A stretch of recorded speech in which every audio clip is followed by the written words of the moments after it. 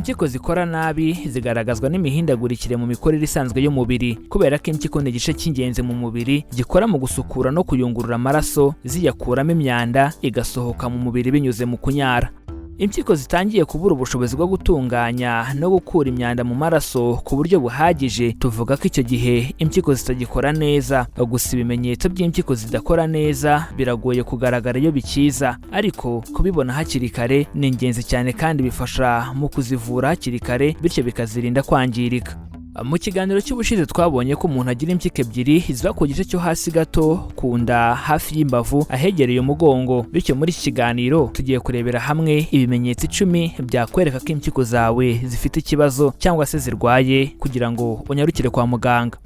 Mbere yo kubaganiriza kuri bimenyetso, ndabasuhuje kandi bashimiye kuba mugiye kubana natwe muri aka kanya tubungabunga ubuzima bwacu. Bityo murabizi ko abatabizi bicwa no kutabimenya, nanjye nkagira nti abatarabimenya bicwa no kuba batarakora subscribe kuri iyi channel Mizero Media ngo bamenye ko kwirinda biruta kwivuza. Niba utarabikora nyamuneka bikore kuko nta kiguzi bisaba, kandi nibwo buryo rukumbi bwatuma uzajya uhora ubona inkuru ndetse n'ibiganiro tuzajya tubagezaho. Ikindi kandi watubona ku mbuga nkoranyambaga zose Facebook, Instagram na Twitter. Ujya hashakirwa ugashakisha Mizero Media ubundi ukadukurikira. Ushobora kandi kudusangiza igitekerezo muri comment ku nkuru tubasangiza, ugakanda like ndetse ugasakaza ubutumwa ukora share ubisangiza inshuti n'abavandimwe bawe, kugira ngo nabo basobanukirwe uburyo bwo kubungabunga ubuzima bwabo. Iki ni ikiganiro Amagara n'Ubukungu, ikiganiro mutegurirwa na Mizero Media, naho njye mugiye kubana nitwa Mizero Crispe. Mbahaye ikaze aho tugiye kurebera hamwe ibimenyetso 10 byakwereka ko impyiko zawe zifite ikibazo ukwiye kugana kwa muganga. Ikimenyetso cya mbere ni kunyaragura cyane.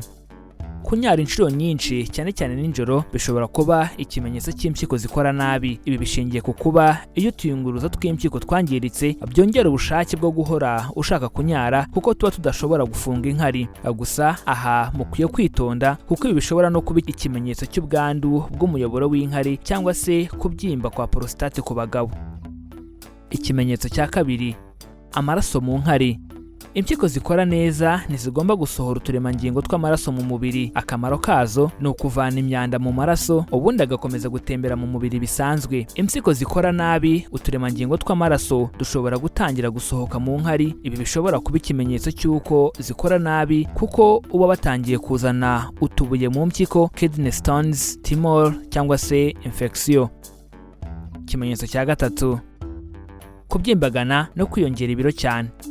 Impyiko zikora neza zifasha umubiri mu kwikiza imyanda n'uburozi bitandukanye biba biwurimo bigasohokera mu nkari. Iyo impyiko zidakora neza, ayo mazi yose yigumira mu mubiri, bikaba byatera ingiramubiri guhorana amazi menshi, edema ndetse no kwiyongera ibiro. Ikimenyetso cya kane, guhora unaniwe no gucika intege. Akenshi kunanirwa biterwa no kubura umusemburo witwa EPO. Akamaro k'uyu musemburo mu mubiri ni ugutuma insoro zitukura z'amaraso zikorwa cyangwa se ziremwa. Izi nsoro zitwara umwuka mwiza wa oxygen ku turemangingo dutandukanye mu mubiri. Iyo impyiko zidakora ku buryo buhagije umusemburo wa EPO, bituma insoro zitukura zigabanuka, bityo ugahorana umunaniro no gucika intege buri gihe. Ikimenyetso cya gatanu, kuzamuka k'umuvuduko w'amaraso. Impyiko zangiritse ntago zishobora kuringaniza neza umuvuduko w'amaraso. Imbaraga amaraso acana mu miyoboro yazo atuma imiyoboro y'amaraso mu mpyiko irushaho kwangirika no gukomera cyane. Ikimenyetso cya gatandatu, guhorana imbwa ku mikaya. Impyiko zikora nabi bitera imyunyungugu itandukanye mu mubiri kutagira urugero ruhagije. Calcium na phosphore zitangira kugabanuka mu mubiri, bityo imikaya igahora yikanya. Ibi bizwi nko gufatwa n'imbwa, bikunze kuba ku bakinnyi ba ruhago. Ikimenyetso cya karindwi, urufuro mu nkari. Iyo nyari inkari ziri mu rufuro bishobora kwerekana ko hari proteine ziri gusohoka mu nkari. Uru rufuro akenshi ruba rumeze nk'urwo ubona iyo uri gukubita amagi. Nuramuka ubibonye uzamenye ko ari proteine za albumin ziba zasohotse mu nkari, bityo nyaboneka uzagane kwa muganga. Ikimenyetso cya munani, kuzana ibiheri biryaryata. Iyo imyanda kimwe na acide yitwa uric acid bimaze kuba byinshi mu mubiri bitangira gutera uruhu ibituri ku ruhu. Ibi biheri bishobora no kugira ibara ritukura riba ryatewe na acide nyinshi iri mu mubiri. Zirikana ko ibiheri bitukura kandi biryaryata bishobora kuba ikimenyetso cya uric acid nyinshi mu maraso yawe, bityo nubibona uzahite unyarukira kwa muganga. Ikimenyetso cya 9, umutima guteragura cyane. Mu gihe impyiko zangiritse bishobora gutera potassium nyinshi mu maraso, ibi bituma umutima uteragura cyane. Niba wumva umutima uteragura cyane ku buryo rudasanzwe, nyamuneka wikwicara mu rugo gusa, gana kwa muganga. Ikimenyetso cya 10, guhorana iseseme no kuruka. Iyo imyanda ikabije kuba myinshi mu mubiri kubera impyiko zitayisohora uko bikwiye, umubiri utangira gushakisha uburyo bwose uyikiza. Ibi nibyo bituma ugira iseseme ugashaka kuruka kugira ngo iyo myanda isohoke. Niba uruka hato na hato utazi ikibiteye, nyabuneka ukwiye kujya kwa muganga kugira ngo umenye neza ikibitera. Inshuti bakunzi bacu, reka mbibutse ko atari ngombwa ko ibimenyetso byose 10 ubibona. Mu gihe ubonye kimwe muri bino bimenyetso, ni ngombwa kugana kwa muganga bakagusuzuma impyiko hakiri kare ndetse n'izindi ndwara mbere y'uko zangirika cyangwa se biteza ibindi byago bikomeye umubiri wawe. Reka tubashimire kuba mwafasha akanya mukabana natwe tubungabunga ubuzima bwacu, aho kuri iyi nshuro twareberaga hamwe ibimenyetso 10 byakwereka ko impyiko zawe zirwaye. Bityo mu kiganiro cy'ubutaha tubararitse kuzabaganiriza ku bintu 7 biri ku isonga ukwiye kwirinda kuko byangiza impyiko zawe. Reka mbisubiremo, ubutaha tubararitse kuzabaganiriza ku bintu 7 biri ku isonga ukwiye kwirinda kuko biri ku isonga mu kwangiza impyiko zawe.